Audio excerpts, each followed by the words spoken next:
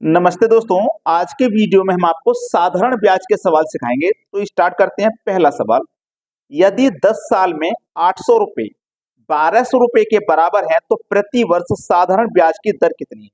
देखो, प्रिंसिपल और अमाउंट 800 रुपए 1200 के बराबर है, मतलब बैंक में आपने 800 रुपए जमा किए और वो कितने हो गए?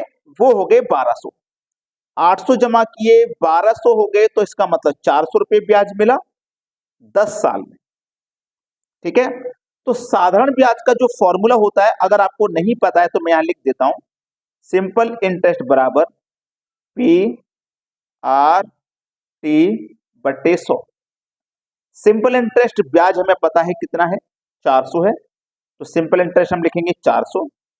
प्रिंसिपल हमें पता है, सॉरी यहाँ पे इक्वल का साइन आएगा। प्रिंसिपल हमें पता है 800 है, रेट निकालना है, टाइम 10 वर्ष का है और बटे में 100 है। 2 जीरो से मैं ये 2 जीरो यहां कटा दूंगा, 1 जीरो से ये 1 जीरो कटेगा, 8 पंजे 40 कट जाएगा। इधर कितना आया? 5। इधर कितना आया? 8। तो हमें रेट ही तो निकालना था, तो रेट हमारा कितना भाई? 5% का रेट है। पहला ऑप्शन हो जाएगा सवाल का बिल्कुल करेक्ट आंसर। चलिए अब देखते हैं अगला सवाल। अगला सवाल है, 5000 रुपए पर 5% वार्षिक दर से 5 वर्ष का साधारण ब्याज क्या होगा? साधारण ब्याज के एक फॉर्मूला मैंने आपको अभी अभी बताया था। सिंपल इंटरेस्ट बराबर पी आर टी बटे 100। सिंपल इंटरेस्ट पूछा है तो सिंपल इंटरेस्ट ऐसे ही लिखेंगे। प्रिंसिपल 5000 है, रेट 5 का है और टाइम 5 का है, बटे में 100। 2 जीरो से यहाँ पे 2 जीरो मैंने ये कटा दिए। 5 गुने 5 25 और 5 125 और एक ये वाला जीरो आएगा लास्ट में। तो साधारण ब्याज हमारा सिंपल इंटरेस्ट कितना आ गया? 1250। 1250 दिया गया है बी ऑप्शन में। ये हमारे सवाल का है बिल्कुल सही आंसर। चलिए अब देखते हैं अगला प्रश्न। अगला सवाल है, एक धनराशि 3 वर्षों में साधारण ब्याज पर 815 रुपए एवं 4 वर्ष में 854 रुपए हो जाती है, वह धनराशि है। बहुत अच्छा सवाल। देखिएगा, 3 वर्ष में कितनी हो गई? 815 और 4 वर्ष में कितनी हो गई? 854।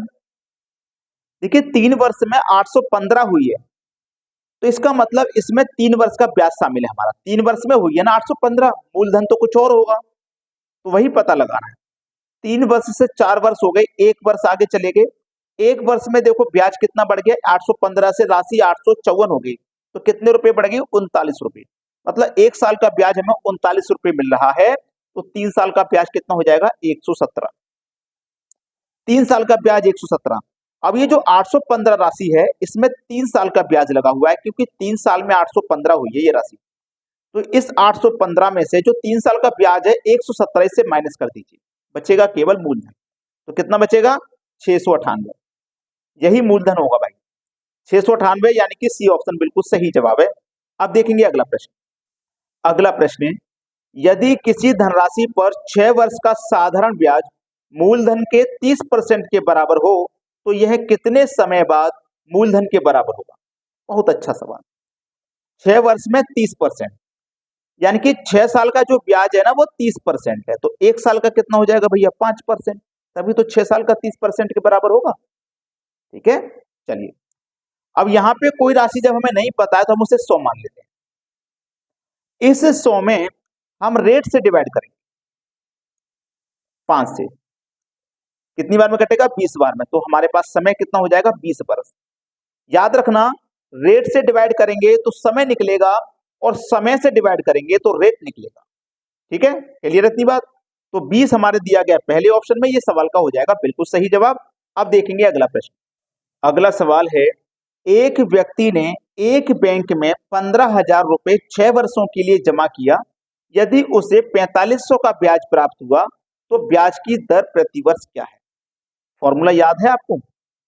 सिंपल इंटरेस्ट बराबर पी आर टी बटे 100। ब्याज कितना प्राप्त हुआ? 4500। 4500 लिखो। प्रिंसिपल कितना था? 15,000 था। रेट नहीं पता, टाइम है 6 वर्ष का, बटे में 100। 2 जीरो से 2 जीरो कट गए और 1 जीरो से 1 जीरो कट गया। 15 तिया 45 और 1 जीरो 30। 6 पंजे 30 भी कट गया। इधर आया 5 और बराबर के इधर आर। तो आर की वैल्यू यानी रेट की वैल्यू कितनी आ गई? 5%। तो हमारा सी ऑप्शन हो जाएगा सवाल का बिल्कुल सही जवाब। सभी बच्चों को वीडियो लाइक और शेयर करना है भाई, इतना काम करना है आप सभी। ठीक है दोस्तों, धन्यवाद।